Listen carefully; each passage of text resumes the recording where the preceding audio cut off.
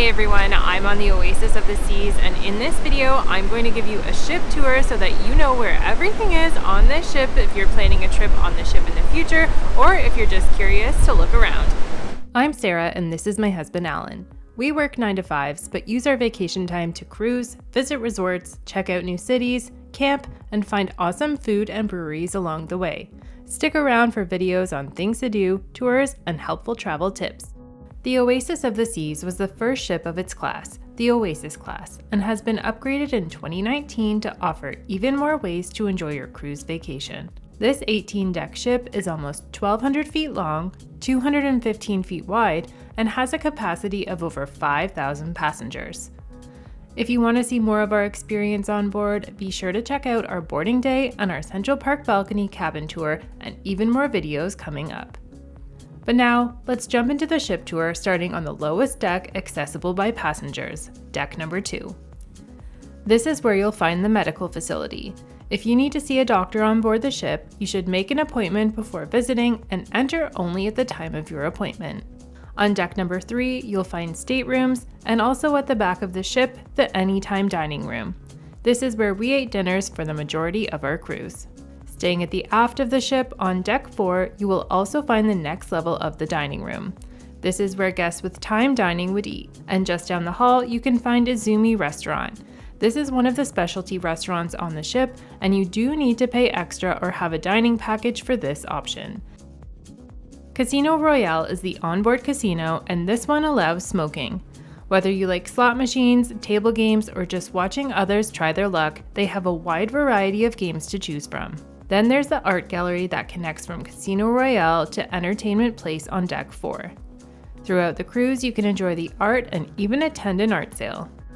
Just past the art gallery is Studio B, and this is where they host their ice shows, skating, and other entertainment throughout your cruise. We enjoyed the ice show Frozen in Time. Blaze has a full bar and is where they host their comedy shows, and also has a dance floor and turns into a nightclub with a dungeon theme for decor. In Entertainment Place, you'll also find the non-smoking casino. If you prefer a non-smoking gambling experience, this is a good option. And toward the front of the ship is the Royal Theater, where they host different Broadway-style shows and musicals, and other entertainment and informational sessions. Now on to deck 5, and we'll start at the front where you'll find the second level of the Royal Theater. Deck 5 is one of the main decks with lots of indoor dining, bar, and entertainment options. Boleros is a Latin-themed bar with a small dance floor. Here you can dance or watch the salsa parties and enjoy a live band that plays salsa, samba, merengue, and more. Starbucks is located nearby, and it isn't included in your cruise fare, so you will have to pay for drinks and food items here on your ship card. If you need an ATM for cash for other things, there are some located right near the Starbucks. Spotlight Karaoke is where, you guessed it, karaoke happens on the ship, but they also play various game show type games and have a full bar. If you're into shopping, there is plenty of shopping here on deck 5. The Globe and Atlas pub was one of our favorite spots on the ship and offered a great pub atmosphere, a variety of beers, cocktails, and also select wines. They had live entertainment here often throughout the week. Sorrento's Pizza Place was located directly across the ship and offered pizza included in your cruise fare. They had a variety of pizza options and was always a very busy spot. Cafe Promenade is a casual cafe that offered 24-hour food, coffee, and tea, and is included in your cruise fare. We actually never ate here, but grabbed coffee here a few times. And it's located next to guest services, and happily, we never had to go here, but it was usually fairly busy when we went by. The Rising Tides bar is located directly in front of guest services, and this bar goes from deck 5 to deck 8 throughout the day. You can catch a ride up or down and enjoy a drink on your ride. Voom Internet is also located on deck 5 if you have any questions about your Wi-Fi. And one of Alan's favorite spots on the ship was the Bionic Bar. Here you ordered your drink on a tablet with your ship pass, and the robots made it for you. When your drink was ready, you had to scan your ship pass and then they would release your drink. At the back of the ship on deck 5 was the top level of the main dining room, also used for time dining. We didn't eat here because we had anytime dining, but it offered the same menu options as decks 3 and 4. And the final location on deck number 5 is the jogging track. This track went around the ship so you could walk, run, or just sit along the back and enjoy the views of the ocean. This was a great spot for sunset views. And just up one deck is the Aqua Theater. Here they hosted their amazing aqua shows, weather and seas permitting. On the boardwalk, they also had some carnival-type decor and spots to take photos. This is also where you could find Johnny Rocket's Diner. Apparently breakfast is included on Oasis-class ships, but we never made it. If you want lunch or dinner here, you will have to pay extra. Playmaker Sports Bar and Arcade is also located on Deck 6. There's a lot of seating inside, and you can order food here, but the food isn't included though, so you will have to pay extra. We noted that the bar had the most beer options on tap, even compared to the pub. They also had a pool table and arcade games as well.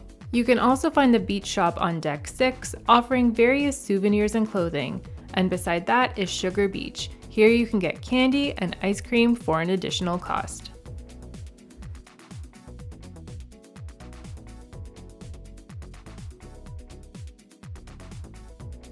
And what boardwalk would be complete without a carousel? Here you can take a complimentary ride and enjoy the carousel music. Just past the carousel is the Boardwalk Doghouse, where you can get, you guessed it, hot dogs and sausages. These are included in your cruise fare, and you can get them topped with fried onions and sauerkraut, and they even have some sides like coleslaw and potato salad. Continuing into the ship, you walk past the display of carousel horses, and inside can see the entrance to the outdoor boardwalk area. By the elevators here, you will find the shore excursions area where you can make bookings on their tablets, and there's also a photo area to order photos taken on the ship. Across from that, you'll find the next cruise office where you can book for future cruises, and the schooner bar, which was one of our favorites. They made an excellent old-fashioned here and had a great selection of whiskey and bourbon and comfortable seating. Plus, there were great views of the promenade deck below. At the front of Deck 6 is where you'll find the Vitality Spa and Fitness Center. Inside, they had the Vitality Cafe. Some of the menu items were included, but the shakes and smoothies were extra. If you wanted to get in a workout at sea, there were plenty of machines and equipment to use. Plus, you could attend seminars, classes, and for an additional cost, get various spa treatments here. On Deck 7, you'll find cabins, and at the back of the ship, there are 2 rock climbing walls accessible from Deck 6. Now on to Deck 8, my favorite deck of the ship, Central Park. But first, let's start at the music hall, where they had great lounge seating, a dance floor, a bar, and a stage where they had live music almost every night of the cruise. They also used this area for weddings, like the one they were setting up for here. In the outdoor area, they had live plants and trees, and there were even birds living on this deck and flying around. This is where the majority of specialty restaurants were located, including 150 Central Park. The menu here even features locally sourced ingredients and offers items that are prepared tableside. This is not included in your cruise fare. Just across from 150 Central Park is the access to the Rising Tides Bar, and the schedule is posted outside. Chops Grill is located on the other side of the park and is a classic American steakhouse. They have indoor and outdoor seating, and the menu is not included in your cruise fare. One of my favorite bars on the ship was the Trellis Bar, and I really enjoyed all of the seating around it in the Central Park atmosphere. I highly recommend this one.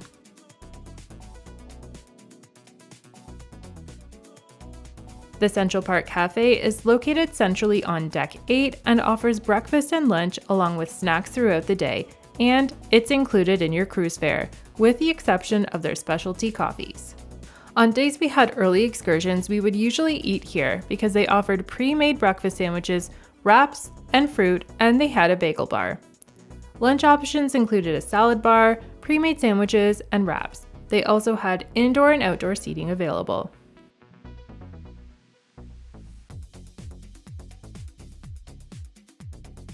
Just past the cafe, there was also a small library with books available and some quiet seating. If shopping's your thing, you can also find some shops here in Central Park. They also had lots of seating, and this is where many of the plastic ducks were hidden throughout the cruise as well, if you're into duck hunting. Giovanni's table is located across from the cafe and offered a classic Italian dining experience. This was not included in your cruise fare. They had indoor and outdoor seating available. And if you're a wine drinker, Vintage's Wine Bar is located closer to the front of the ship on Deck 8. They had an extensive menu of wine and really nice seating inside. However, I found it to be kind of chilly inside, so I would bring a sweater next time just in case. Decks 9 and 10 had more cabins, but you could also access the second level of the music hall on Deck 9. They had a bar and seating up here and a view of the dance floor below. On Deck 11, there were more cabins and the card room where they had various games available to play at the card tables. Moving on to deck number 12, and there were more cabins, but the sign said there should be another card room. It looked like it was turned into the loyalty desk though, but they didn't seem to update the signs. Now deck 14. Well, we made it to deck 14, which is really deck 13, and we were trying to go check out the escape room, but unfortunately there is a session in progress, so we can't go in, but if you're looking for it, it's on deck 14, really deck 13. On deck 14, you'll also find the Adventure Ocean, which is the kids club. They have different programming based on age.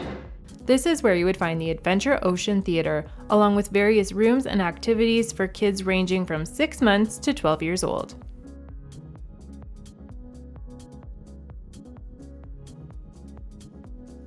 Deck 15 was action-packed with lots of attractions and activities. Starting at the back of the ship, there was the Oasis Dunes, the mini golf course that is included in your cruise fare. You could also find the sports court here with basketball and soccer nets. At the back of the ship, you can also find El Loco Fresh, the Mexican restaurant that was open for lunch and dinner and offered various Mexican cuisine, all included in your cruise fare. This was our favorite lunch spot. If you're a kid at heart, there's also Challenger's Arcade. It's an additional cost and credits can be purchased at the kiosk. They had a variety of games including traditional arcade games, racing games, bowling, and more.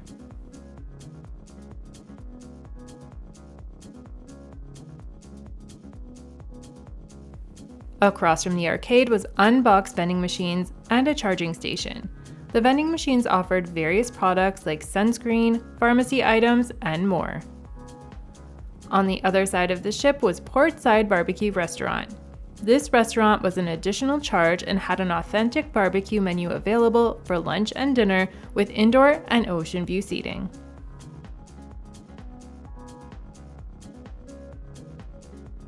If you're interested in diving, check out the Patty Dive Center. Here you can book dive excursions and diving programs to get certified. Splashaway Bay is the water park located on Deck 15, and there are pool chairs and a towel stand right near it. And on the other side of it is the sports pool. Midship on Deck 15, you'll find the Lime and Coconut Bar with a variety of drink options, and nearby is another towel stand.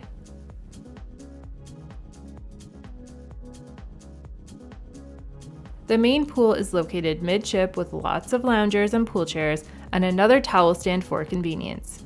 Seating here gets reserved even though we hardly saw the seats full throughout the trip.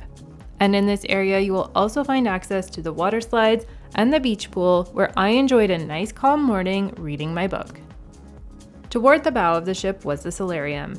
This is an adults only area, so you need to be 18 plus. There is a bistro in here, lots of seating, and there are covered and uncovered areas. There is also a big area with pool loungers at the front of the ship, but no shade, and it gets rather windy up there. There's a small circular pool in the center of the solarium, and from here you can see up to Deck 16 where there's the top level of the solarium. On Deck 16, you will actually find a bar and more lounge-style seating, and it's quite quiet and cozy up there.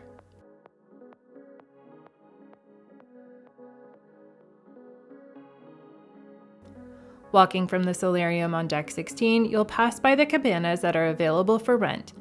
There's no pool access up here though, so you will have to still go down to deck 15 if you want to use the pools.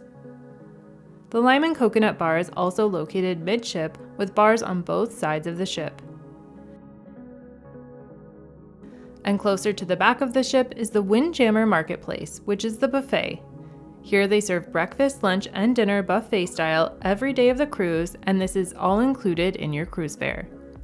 You can also find 2 Flowrider surf simulators on deck 16. These are included in your cruise fare as well, but if you want a lesson, those would cost extra. And at the very back of the ship on deck 16 is the Ultimate Abyss Slide. This slide is over 150 feet above sea level and it ends at the boardwalk on deck 6. It's included in your cruise fare, and I was not brave enough to try it. Decks 17 and 18 have suites and cabins and some amenities only accessible to passengers staying in a suite. And there you have it, an overview of Oasis of the Seas from our most recent cruise. I hope this video can be helpful for you if you're planning a trip on the Oasis of the Seas in the future. And as always, if you like this video, don't forget to leave a like and subscribe to my channel and hit that notification bell so that you don't miss any of my future travel videos. Thanks, and I'll see you in the next one.